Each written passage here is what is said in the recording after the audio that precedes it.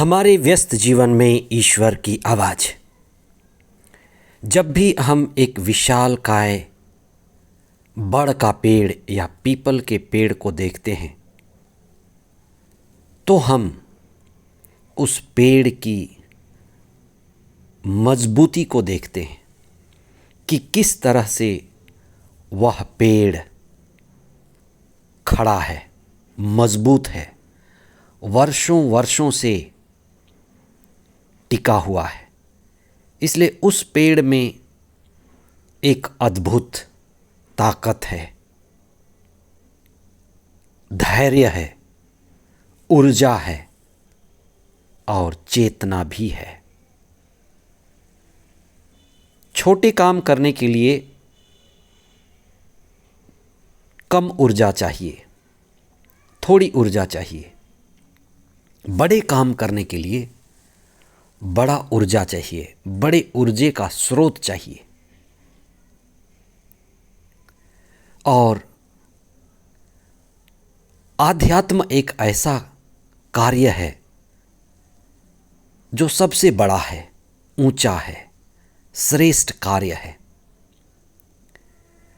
ईसा के शिष्यों ने कुछ समय तक उनके साथ रहने, उनके साथ चलने, प्रार्थना करने के बाद ये अनुभव किया कि जो विश्वास ईसा का है वो किस तरह से मजबूत पेड़ की तरह हैं और उनमें बड़ी महिमा है, ऊर्जा है, शक्ति है, आत्मा है।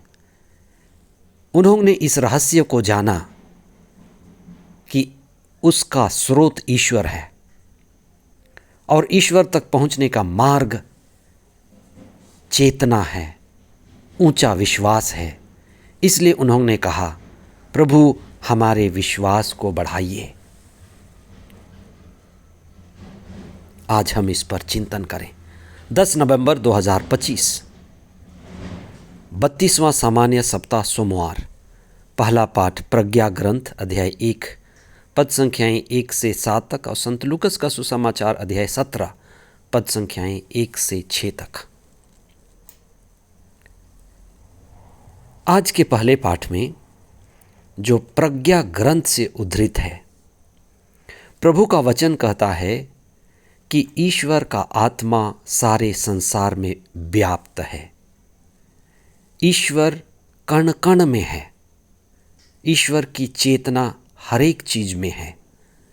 और जब हम चेतनशील होते हैं तो सभी चीज जीवित मालूम पड़ते हैं।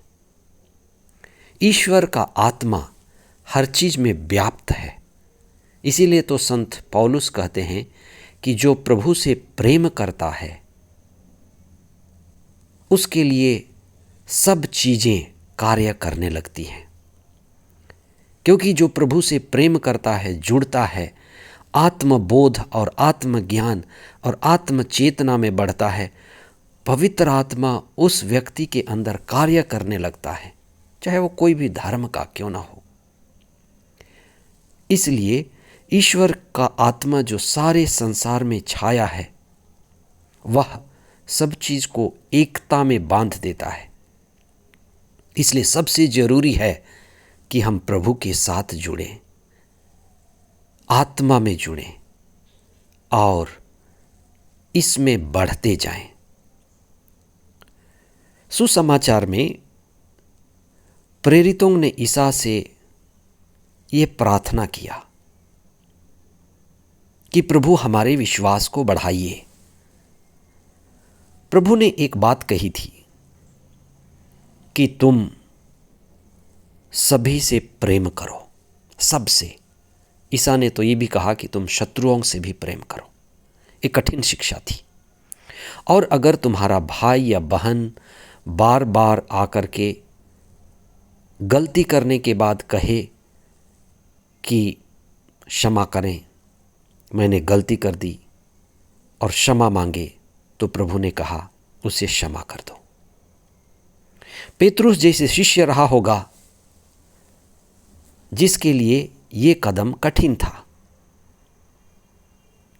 कोई उसको बार बार परेशान करता रहा होगा, इसलिए ईसा की शिक्षा कि सभी से प्रेम कर पाओ, सभी को क्षमा दे दो, सभी के लिए प्रार्थना करो, एक तरह की प्रेम की क्रांति थी। और इसको कैसे जीवन में उतारें? ऐसा व्यक्ति जो अपनी पत्नी से परेशान रहता है, चिढ़ा रहता है, उसके साथ तालमेल नहीं बैठाता, पर रोज बैठाना पड़ता है, क्या करे? प्रार्थना करे, प्रभु की शिक्षा को सुने, समझे और सहन करे। चेतना के बाद, ज्ञान के बाद एक ही चीज बच जाती है, सहन करना। उसी तरह से कोई पत्नी होगी जिसका पति शराब पीकर आता है, दुर्गंध आती है, उल्टी सीधी बातें करता है, उस आदमी को अपने घर में रहने देना, उस आदमी के चेहरे को देखना, खाना खिलाना, उसके साथ बेड में सोना कितना कठिन होगा वो महिला के लिए। लेकिन जब वो चेतना में आती है, जानती है, तो सहन करती है, झेलती है, क्षमा करती है। ऐसी ही तो जिंदगी चलती है। इसलिए जो सत्य को जानता है वह सुधर जाता है, चेतनशील हो जाता है, वो जाग जाता है। और कई बार जागने के बाद हमें क्षमा देना पड़ता है। क्षमा देने से जीवन आगे बढ़ती है। प्रभु इसी तरह की शिक्षा के द्वारा लोगों को प्रेरित किए। गलातियों के नाम लिखे गए पत्र में संत पौलुस कहते हैं कि आप लोग एक दूसरे का बोझ उठाने में सहायता करें। परिवार में आप एक साथ रहते हैं, एक साथ खाते पीते, उठते बैठते, काम करते हैं, लेकिन हो सकता है परिवार के ही कोई एक ऐसा व्यक्ति होगा जिसकी आदत, जिसका व्यवहार, जिसका बोलना, जिसका कार्य आपको अच्छा नहीं लगता। आप क्या करेंगे? आप प्रार्थना करें, आप समझें, समझाएं, चेतनशील हों, चेतना लाएं और आखिरी में आप सहन करें। यही तो क्रूस है। आज हम प्रार्थना करें कि हम विश्वास में बढ़ें, दूसरे के आत्मा स्वरूप को देख पाएं, प्रेम स्वरूप को देख पाएं, चेतना स्वरूप को देख पाएं और प्रभु जो आत्मा है, परमात्मा है, उसी का अंश हमारे अंदर है, भीतर है। अब जब वही प्रकाशित होता है तो उसके गुण, उनका स्वभाव और उनका जीवन हमारे भीतर आता है। उन्हीं से आप प्रार्थना करें, प्रभु मेरे विश्वास को बढ़ाइए, प्रभु मुझे प्रार्थना करना सिखाइए। आमीन।